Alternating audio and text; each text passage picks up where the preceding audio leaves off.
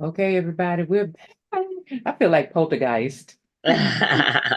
You know when was that, I don't know who said it, but they were like, "We're back." Carolyn, you've been to the lights. Y'all, it's Black History. We've been to the mountaintop. No, I'm just Oh my goodness. okay, So y'all. how are So you? I'm doing good. How you doing? You know what? I am glad we're here today. I Mm-hmm. am glad to be here today. That's how Yeah, that part. I, I so y'all, it's Black History Month, and we're starting a new segment called the Elementary Chronicles. This is something we've been trying to do for a long time.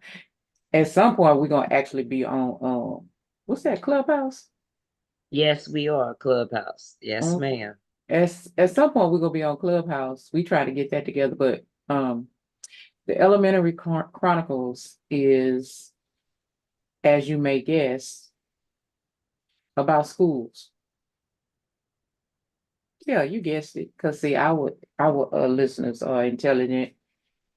Um, so um, the Elementary Chronicles Black History Edition,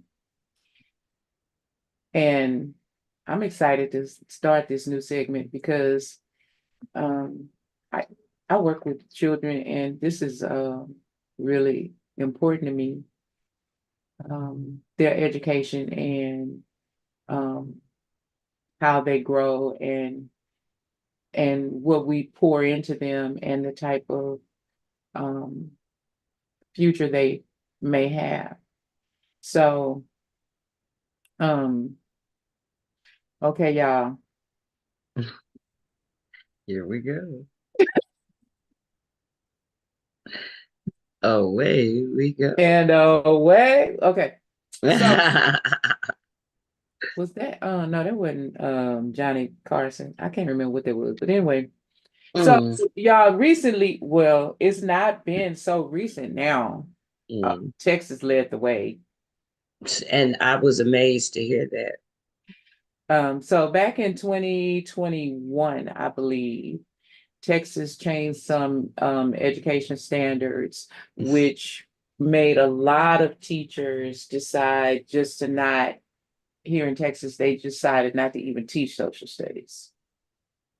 Mm, And so it all stemmed from a gentleman named Mr. Whitfield in the Dallas Fort Worth area who was a principal at a high school, and he was talking about the importance of critical race theory. Not that he wanted them to teach it, but it was important. And this man, I want to tell you, this man is biracial. mm, And so he was talking, one parent was African American, the other parent was white. His mother was white.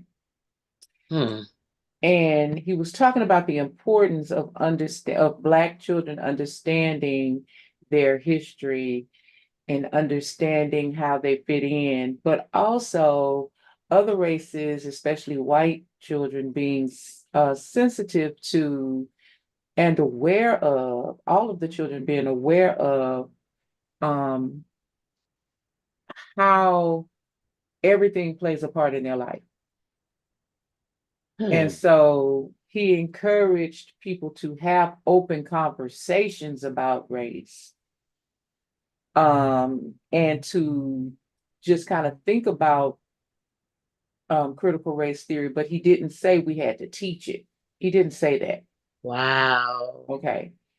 So what happened was, well, I'm not going to tell y'all the name of this podcast show, but on another podcast show, um, my podcast host and I delve very deeply into this topic. Okay. So what actually happened was someone saw a picture of this. gentleman, Mr. Whitfield, on Facebook with his wife of many, many years. I'm talking at least 10 or more. Okay. Was she black or white? She was white. Okay. And they commented. So the conversation started first with he didn't have any business having these type of pictures in social media. As a principal of a school, he didn't have any business having this certain type of picture in his, on his social media. Now, I'm here to tell you that he and his wife have been, again, they've been married many, many, many years. These Mm. pictures had been done many years ago for one of their anniversaries. And they had been done on a beach. And I must say, the woman has kept her body together. Okay. She looks really good. Were they inappropriate pictures? No, they were, anniversary type hugging on you pictures. A man and a wife hugging on each other for their anniversary. Maybe he might have kissed her, but they were married. It wasn't inappropriate, um, you know, Hmm. video vixen kind of pictures. Was he a dark skin or fair skin biracial So he was a fair black guy? skinned Okay. biracial person. I, Okay. I want to say maybe a half a shade darker than you. Okay. Okay. Mm-hmm. Somewhere between me and you. He's Mm. and a very intelligent person, been asked to speak all across the country um, on education. But these pictures were seen, and it started off that the pictures were inappropriate. He got an email from someone on the board, and then it morphed into um, his stance on critical race theory. Hmm. Yeah, Okay. yeah. Okay. Okay. I see So, where this is going. Okay. yeah. And so, because he didn't sit down and take it and he didn't change, I'm trying to shorten this story. Mm-hmm. Um, he was asked to leave the school. The children were upset. The parents were upset. In a different school, um, in that same general area, I think a different school district, the science teacher who I'm sorry, one of the social student studies teachers who was known for taking her children to a social studies event, like a competition. Okay. She just chose not to teach it. Here in Houston, I've spoken to many teachers who either took the stance and said, look, I'm just teaching it, or they've tried to find a way around it. I will tell you too that I don't know if it was last year, it might have been last year or the year before, it might have been 2022, Mm-hmm. that here in Texas, our specifically here in Houston, but our board asked an outside party. They had several outside parties working on this, but one of the particular outside parties, not naming names, y'all need go read, look it up. You hear what I'm talking about? Go read. I'm not naming names, but one of the agencies that they had, they were looking at changing the curriculum, beefing up the curriculum, just making changes as they would do. And this outside party came in and suggested that we change the word slavery in the curriculum. Hmm. The Change the word, yeah, change it, take it out, and replace it with involuntary relocation. Oh. Yeah, go sip your Mm. tea, sip your tea. And I'm glad I was able to get it down before I choked on it too. Yeah. And Wow. Involuntary relocation. right. Now, was there a reasoning behind wanting to change the name after being so steadfast in saying we want to take social studies and remove it completely? So here's the thing. In Texas, there has been, like I said, our Governor Abbott has been always, he's always on the forefront. He's always first. So here in Texas, the change came in 2021, Mhm. and it was about the critical race theory. Okay. So if your opponents of critical race theory think that if you talk about the negative history, then you make some of the children feel bad. And so it's not fair across I'm trying to shorten this, y'all. There's more into it, but that's the basic thing is that if you if you talk about the negative things that happened in history, then you made some children feel bad when they didn't do Wow. anything. Make them feel bad. Yeah, feel Mm. bad about themselves and their culture. So I bet. Here's my thing. It is my culture to have had slavery in my heritage. That hurts my feelings.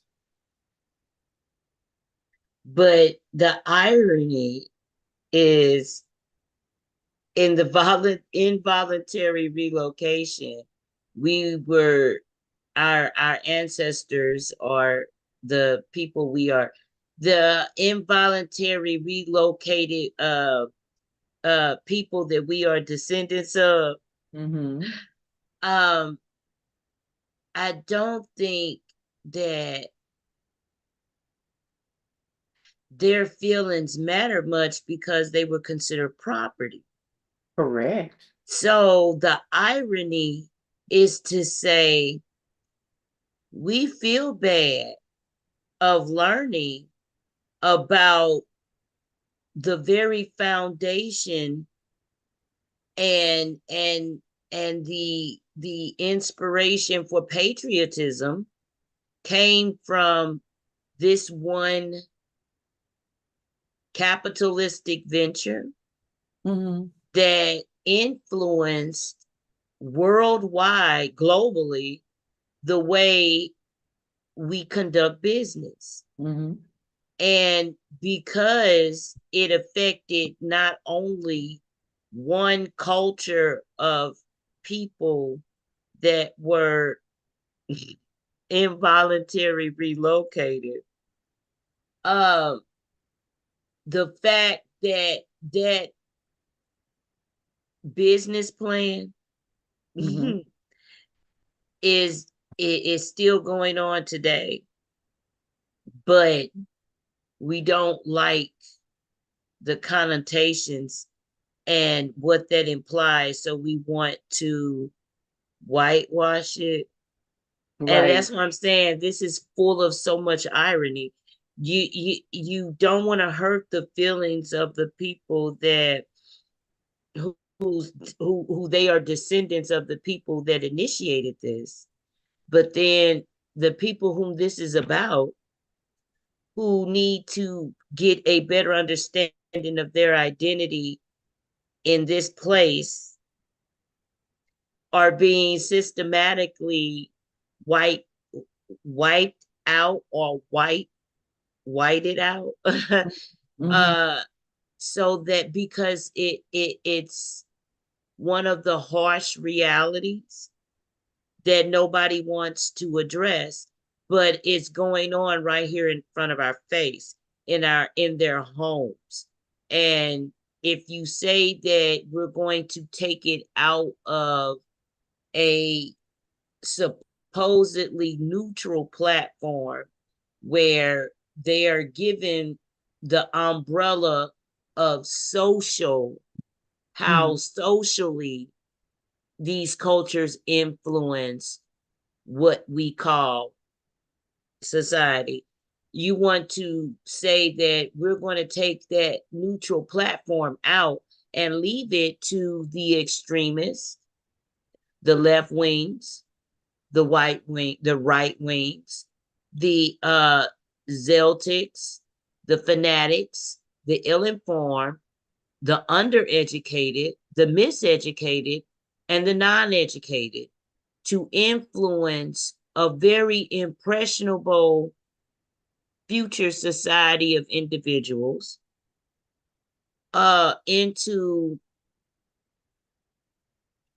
into propagated untruths Mhm. about their place and their who they're descendants of as far as society as we know it. That is very, very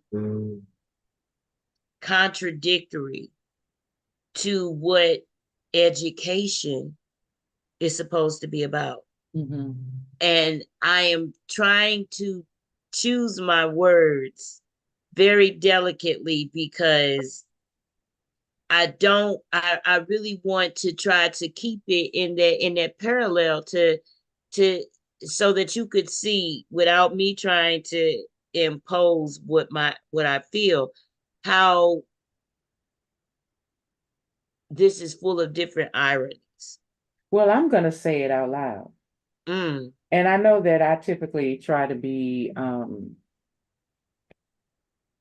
I dance around a little bit sometimes, but mm, I'm going to say it out loud. It's called the Angry Black Women Podcast.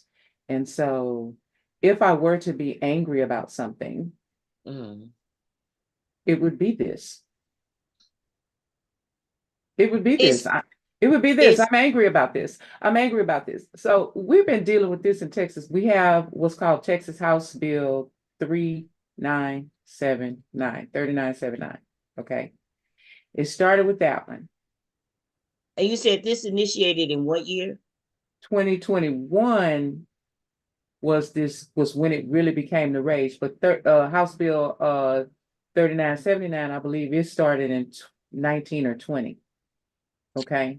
And It's that's called very the interesting. it's called the critical race theory bill. Okay, so here you go. Mm, So the current law, House Bill 3979, it restricts how current events and American history of racism can be taught in Texas schools.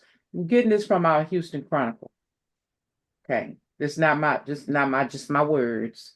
This was mhm. reported and researched through the Houston Chronicle. Okay, that's the local paper here in Houston. Okay. Um, it was also reported on the news stations here in Texas. Okay. So, um, Texas, so it also includes provisions authored by Democrats. So the Democrats, so it's a Republican bill. The Democrats did author some of it by saying that it was required to teach that white supremacy is morally wrong and required readings from prominent people of color in the American history. But now, so hold on, there's a caveat here. So Mhm. me and this other person on this other podcast continually reported how here in Texas, books started being banned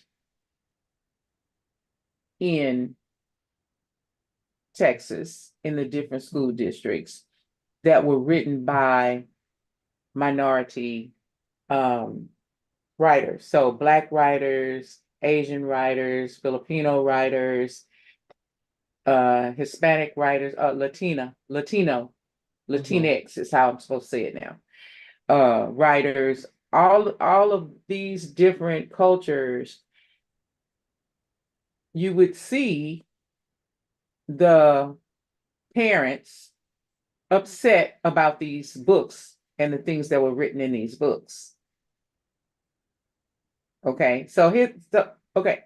so it's required that you have prominent reading, but even a Michelle Obama book was banned.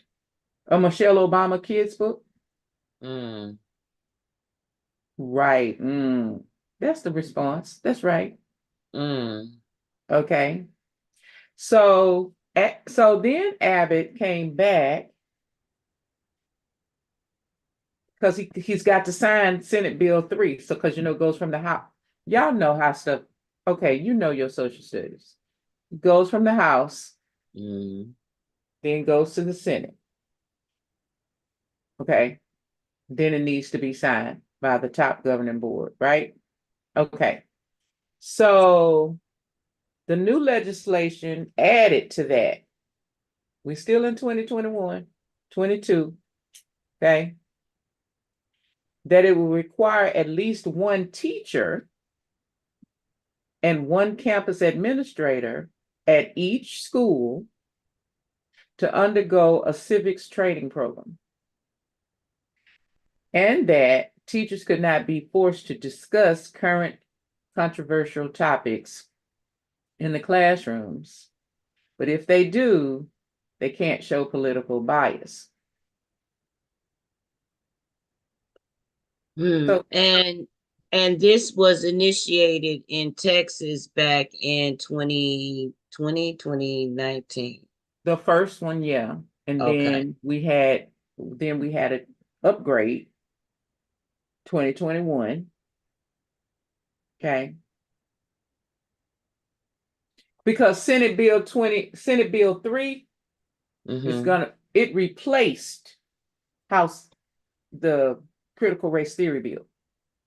Now, when you mentioned that, I was going through, and because here in Missouri, we recently had a situation of that caliber in one of our predominantly white school districts, suburban Mm-hmm. school districts, Mm-hmm. uh, where there is a 7.7% of blacks out of 16,647 students.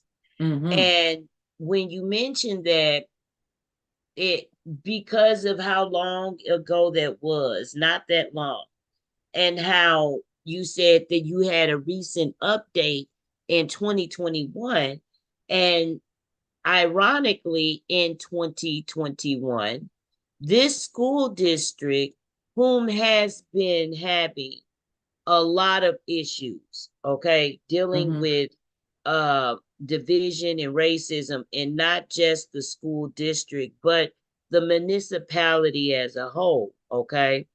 And it initially, when Black children started to integrate more into that school district, they did complain of not having enough of, or feeling discriminated against, okay, in the curriculum. So they added literature, they added culture specific literature that was uh, geared towards educating and showing, evening out, you know what I'm saying, the approach to having something alternative for, children of color. But then in 2021, they decided that it was, as you said, going to invoke uh sort of paved the way for culture wars, Mm-hmm. and to incite a sort of thinking that, to me, goes against what education was about, and that was to challenge us to be critical thinkers, to take whatever is going on, current events, and use the systems that we have learned and been educated about, and learn how the socio-economic balance of these different communities and cultures how working together balances out society because we have an educated understanding of each other and how society and the government system works. Now, that initially was my understanding of what was being taught under the social studies umbrella in school.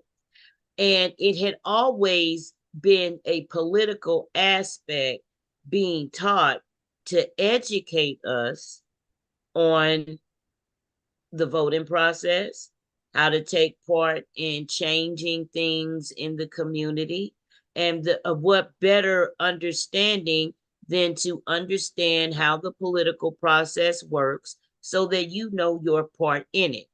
This is what I have been taught in schools, but ironically, it wasn't until I was integrated into suburban school systems that I realized these things were being taught. Because in the city schools, we were being given like the bare bones, maybe like Confunction Junction and PBS really helped us get a better understanding. But as far as in the school system, that particular critical thinking element, and it was taken out and replaced with the more institutionalized understanding. Like, okay, this is what we do to vote. This is how this process works. And when you get to the social studies, more emphasis in Black schools was put on slavery, how that process was, how society and America was built. But when you get into the suburban schools, it was a very well-rounded, culturalistic, kumbaya approach to how society works. So when you take people who migrated into a better educational system, but didn't see a curriculum that reflected the contributions that there are descendants of these people who had made contributions to how society works. We're demanding that you put more education in here so that we can well round it out. That's all we're asking, well rounded out. And Mhm. then you do that and say, well, you know what, like you said, critical race theory. Well, that's a theory. Of course, you're going to get to a society or get to a generation of people that are going to be shocked, amazed, disappointed, appalled. But when you're looking at the grand scope of things, hey, this is how society as you know it was founded. This is how these cultural differences, this is how this political influence the negative aspects of society and culture that you know it. So the critical thinking aspect challenges us to say, look, this is how it may have been, but because I am at this point, I am well aware that I can input change at this level. And understanding that there is another culture and community of people that may not understand this, where we can still work together. So that aspect is totally being taken out and replaced with saying, if they know the truth, it might incite a war. It might incite so much discomfort or maybe so much disdain towards that patriotism that we are spoon feeding people when we get into social studies. And to say that we're hiding behind the fact that, oh, this is political motivated.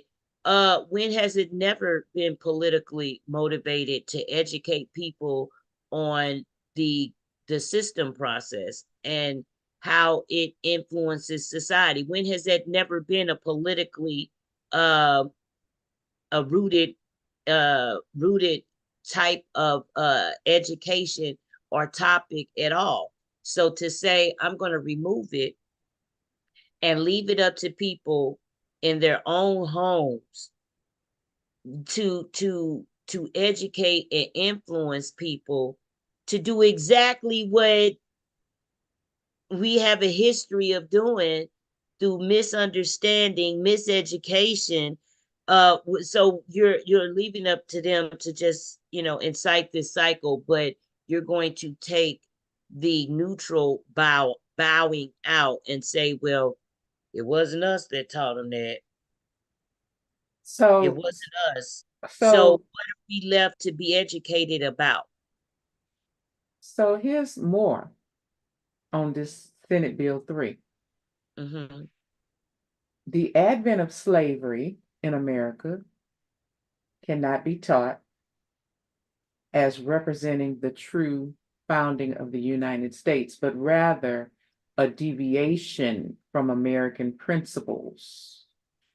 Okay, But so it's not American exactly principles what are happened. built It was on. it was a deviation from principles, American principles. Okay.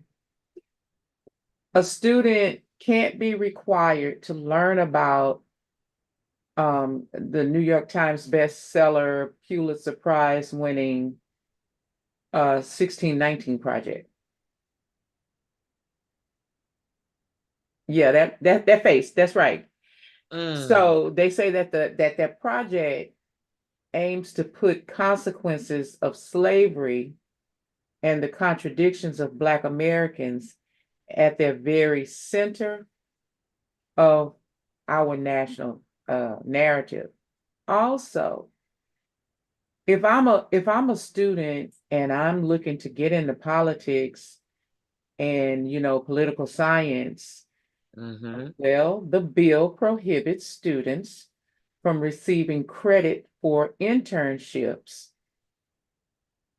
at political campaigns or interning for companies or organizations where they will be lobbying or part of a lobbying shop. A school district that uses online portal to assign learning material would be required to give parent access. Now, I'm okay with that. I think parents can look at whatever they look at. They should. Okay. Hmm.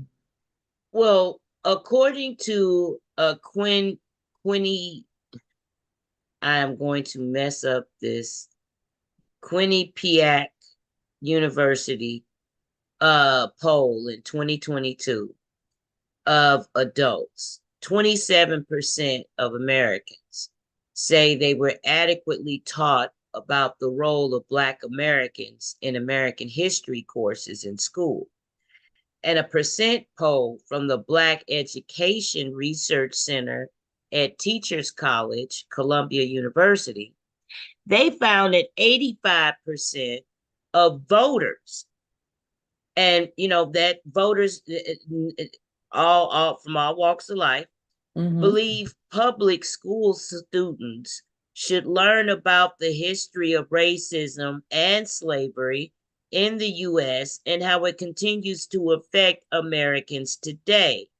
But nonetheless, conservative lawmakers across the country have cracked down on the teaching of Black history and literature through the implementation of book bans and education bills that limit the teaching of material relating to race, sexuality, and gender. So, to piggyback off what you're saying, with that information and with this, what I just read, we're not going to have any lawyers anymore. There's not going to be any protective interest. We're not going to have a we the people, and we're not going to have a society of community of people that have protected laws in place. So when you're in the workforce, there's not going to be any legalities in place to protect you from racial, sexual, gender discrimination. So, those are the things that it makes me think you're not looking at the bigger picture. And you have all of these people, yap, yap, yap, this is that, blah, blah, blah, take it out, take it out. And when you do that, like you said, the foundation for anyone wanting to get into criminal justice, you're having a shortage in law enforcement. So you're taking these critical elements of education out of the curriculum altogether. Mhm. And you're saying that when people grow up and try to be productive in society, they're going to be lacking these very serious, very important elements of understanding human beings. So we're not supposed to look at each other as human beings anymore. So as a result, we are to be spoon fed whatever inconsistent, undereducated, misunderstood stereotypes that are generated and started in the home. And that's no matter what social, that could be the elite status on down. Because Right. I think at every level, you need some understanding of the people in the world. So Because you could be the elite status and never ever in your life see a welfare recipient.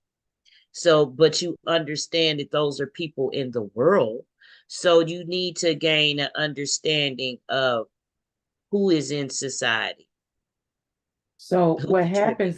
what happens is that the narrative that's given to us, if you take away all of this and make it law that it can't be discussed, then we have um this slanted narrative Mm-hmm, that's being played out now.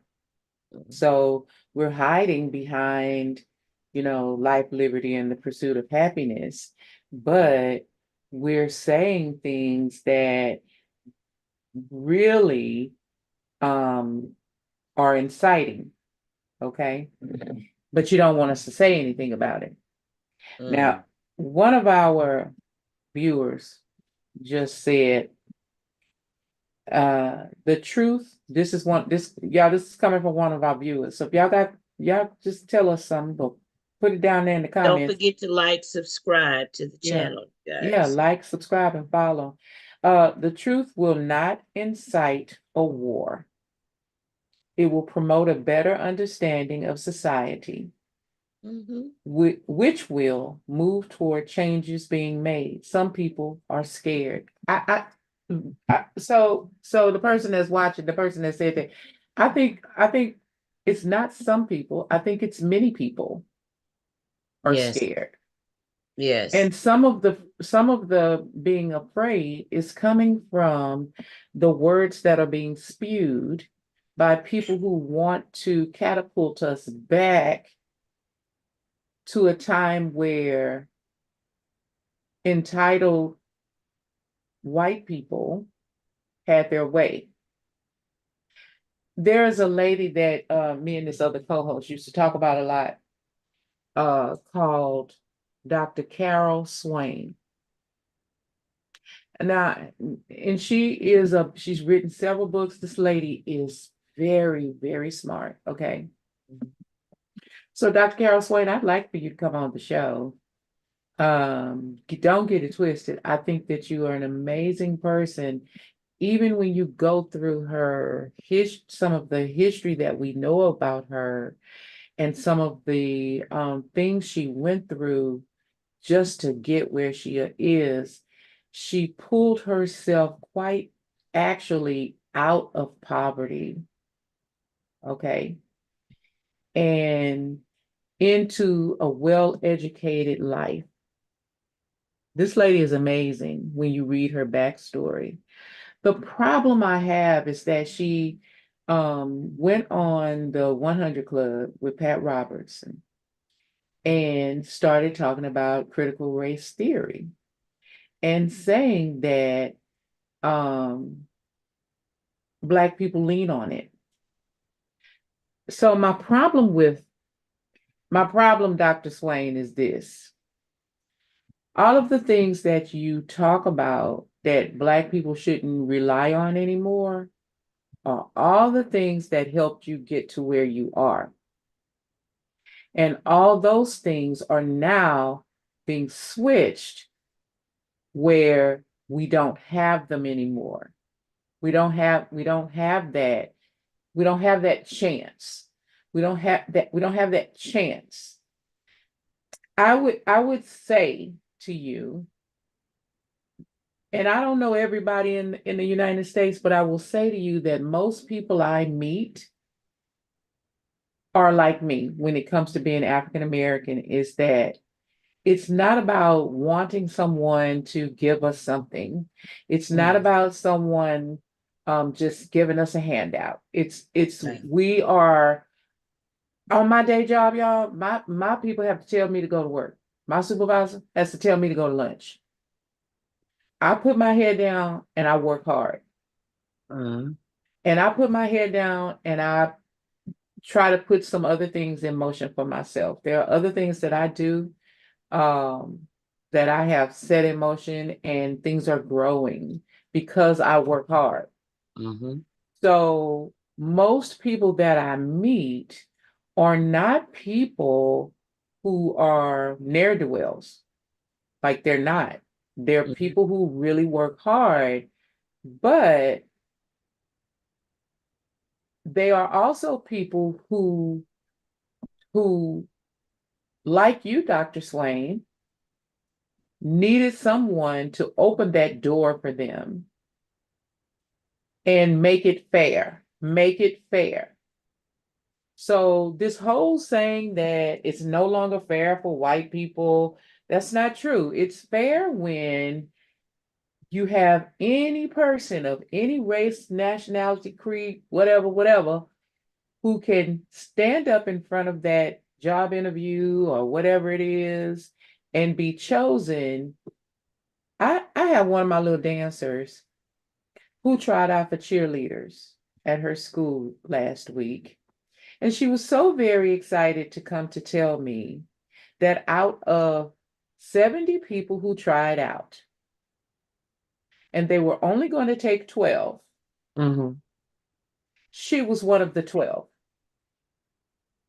I will Okay. tell you that this little girl works really hard Mm, at everything that she does. And so she deserved that spot. right.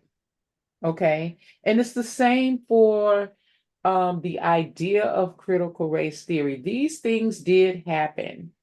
And there are certain things out there that um, are put in place by other races to Mm-hmm. keep their foot on us so that they can excel and be entitled and we cannot.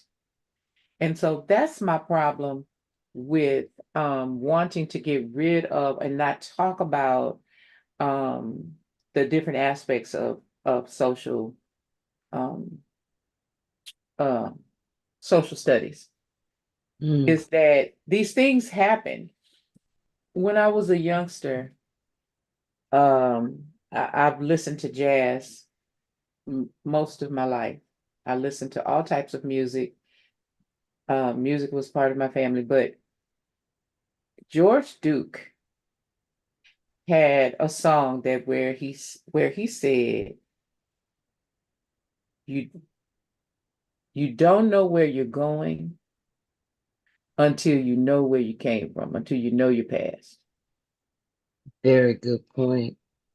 And that has resonated with me all of my life. You're right, Dr. Carol Swain. We don't have to stew in it, but I do think that we should address it. We should address it when we see it. We should address it. Something as simple as this. I was in a Walmart. I purchased my groceries. No, I didn't purchase my groceries. I was in the line to purchase my groceries. I had to go to the ladies' room.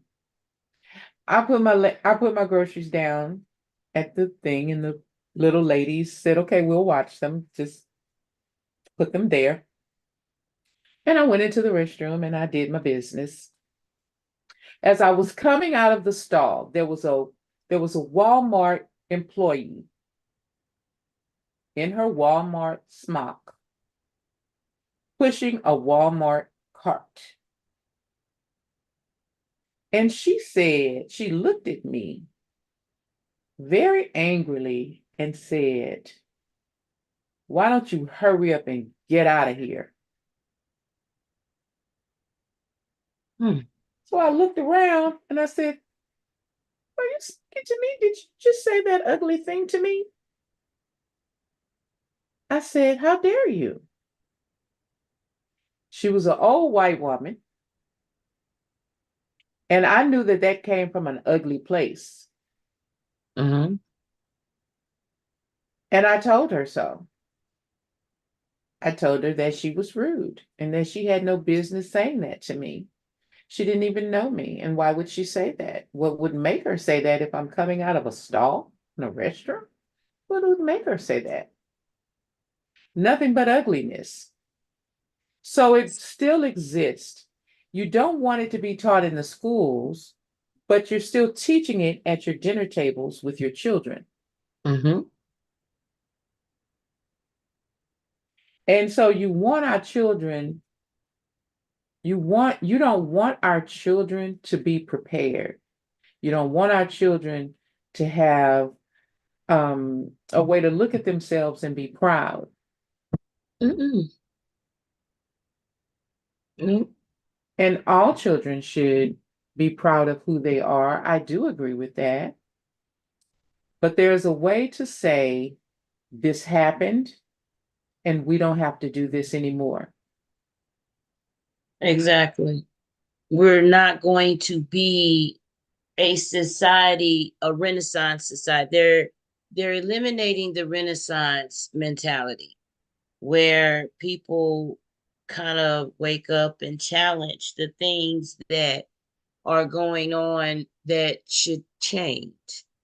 Mhm. And that influence, that Renaissance thinking brings forth a rush of people that are critical thinkers, that understand community, Mhm. uh, and using how the system works in Right. order to implement change.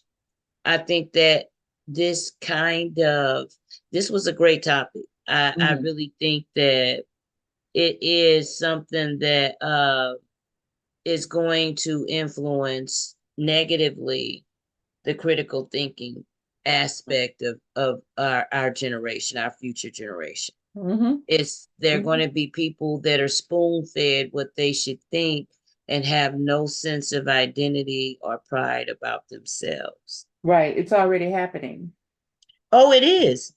Mhm. And the fact that it's going to deteriorate more, it kind of makes me look at the broader aspect as to how our law system, how our future law enforcement, how certain things in society that are put in place to create balance and order can Mhm.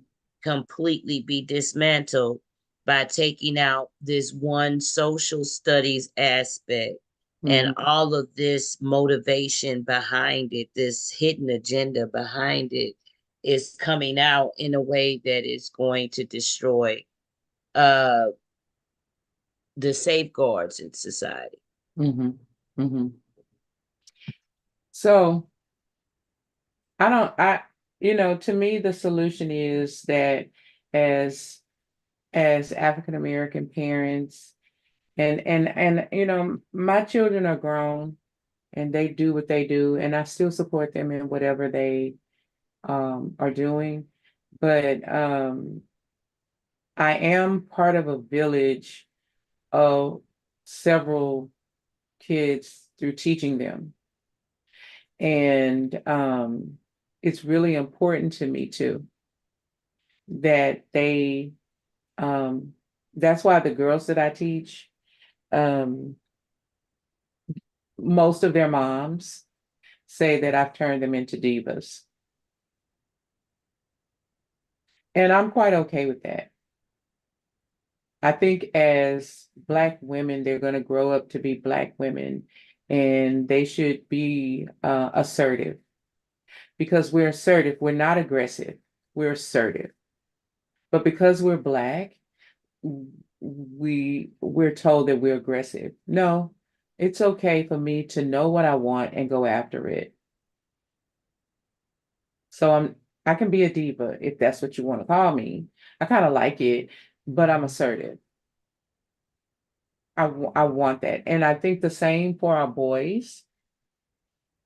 They Mm. should they should be able to be assertive, you You know. know, we should have, even though we are the angry Black woman, we should have a segment on the mentality of our men, because we have a generation of brokenness mentally, and that affects a lot of the men that we as women look to be providers, leaders, or just strong father figures for our children, which is another attribute of being an angry Black woman, when we have to deal with the brokenness and unresolved childhood trauma that a lot of our Black men are walking around with.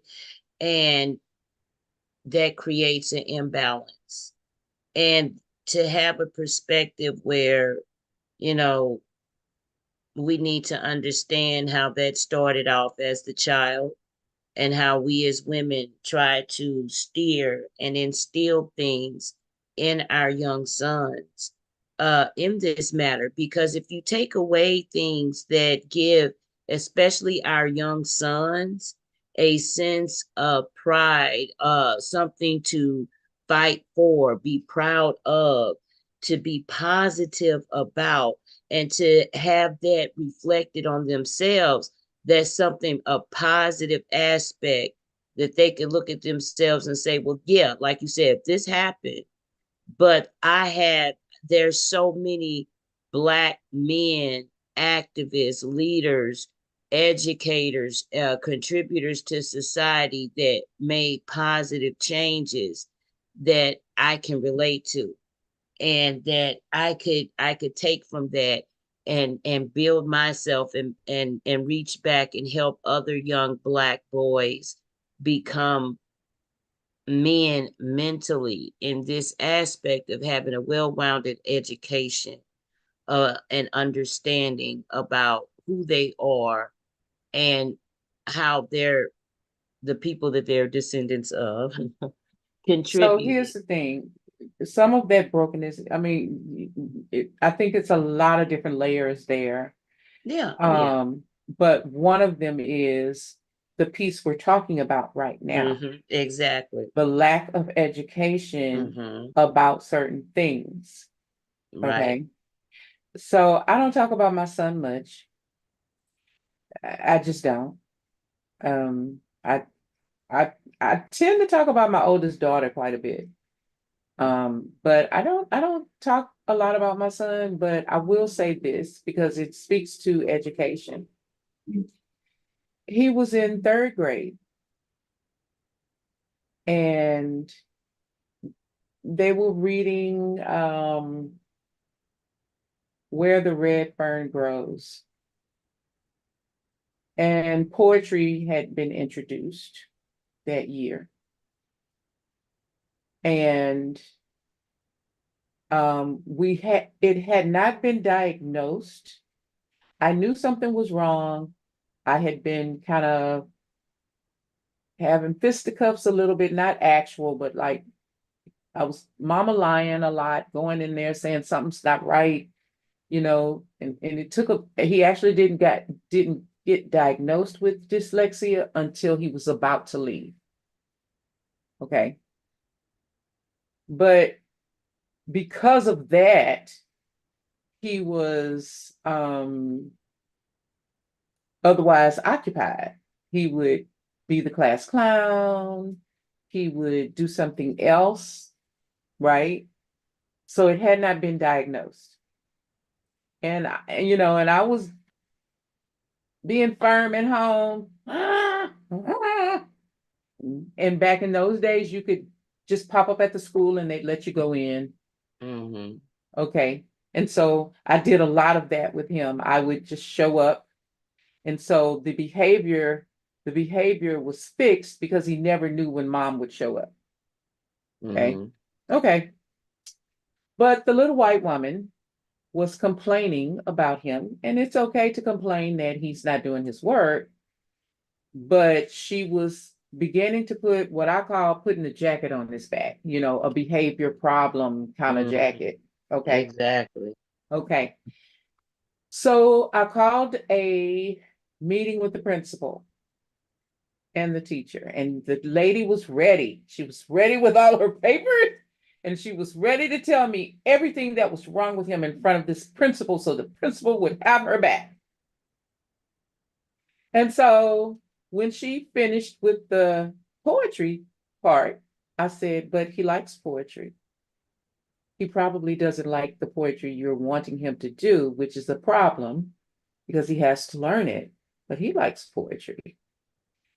And she said, well, and he never, and so the principal said, she called my son by name and she said, tell me some poetry.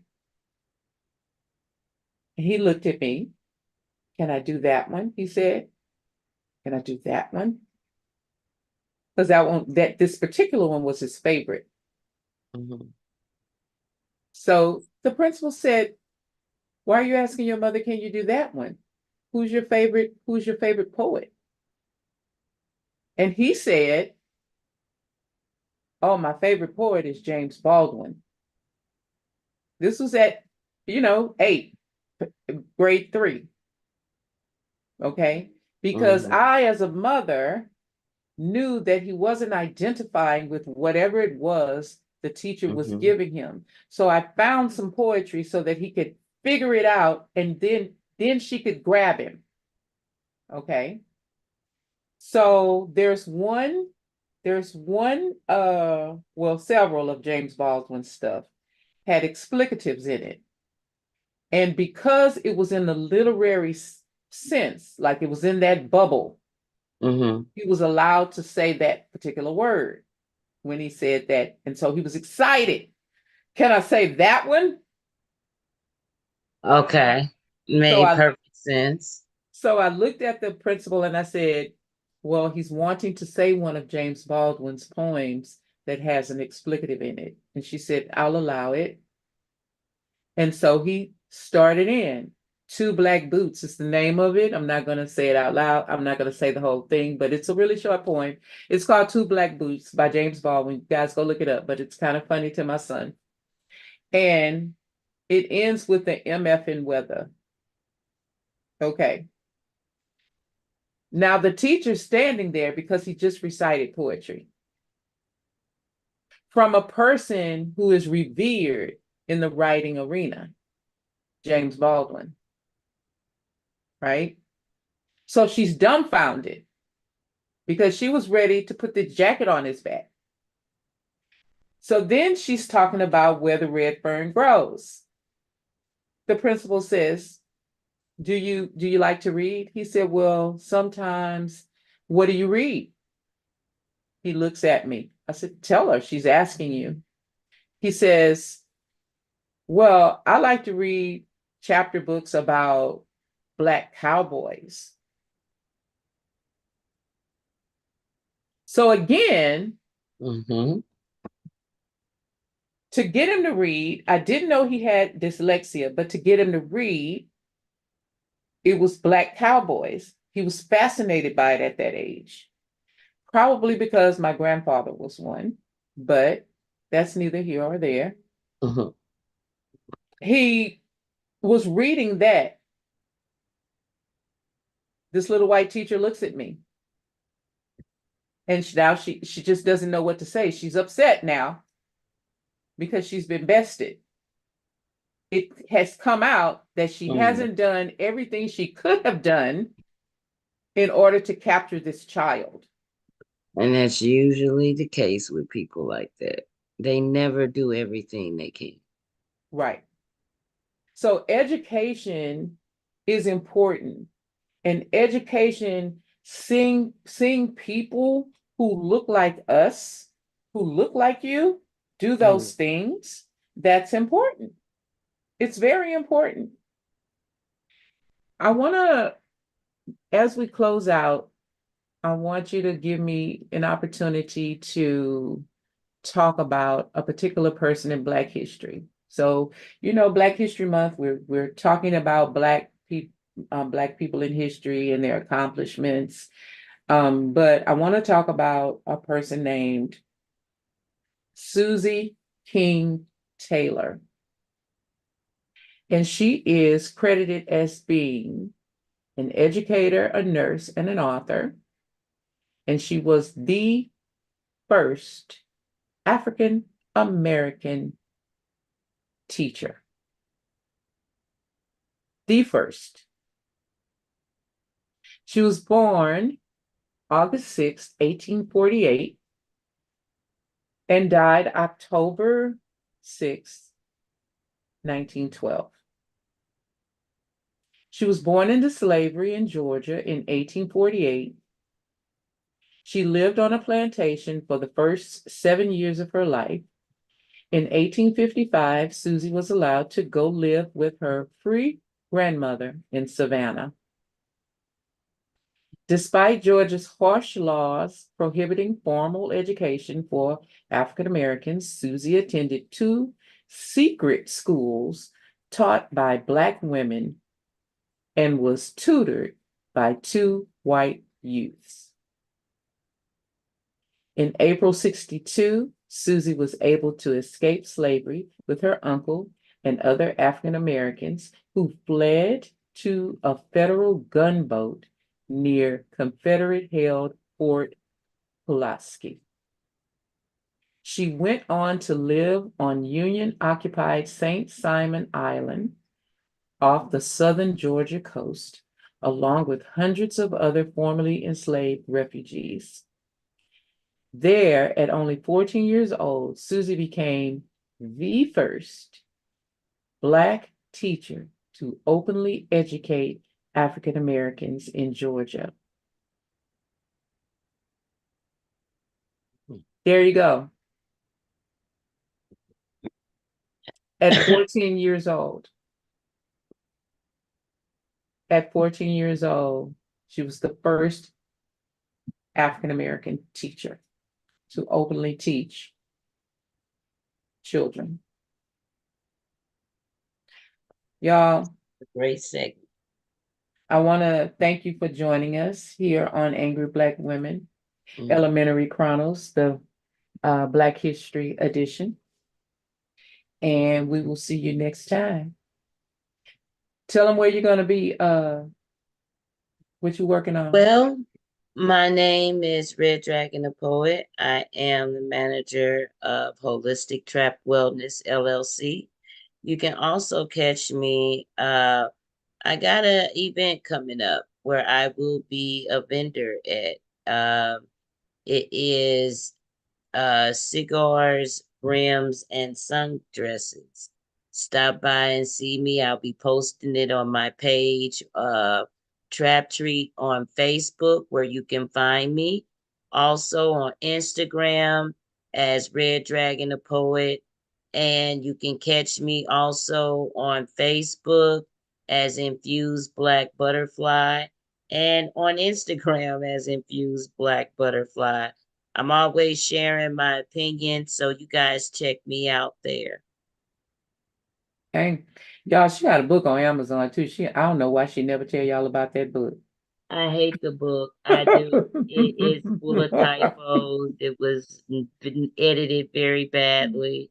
But you know what? It was my first experience as a self-published book. And yes, it does. Writing is my true passion. So you guys, if you're ever on Amazon, check out What's the name of the book? it is Psalms from a Red Dragon. Okay. Again, thank you so much for joining us. Like, subscribe, and follow. We'll see you next time. And remember, we're a masterpiece, not angry. Never angry. See you next time. Bye.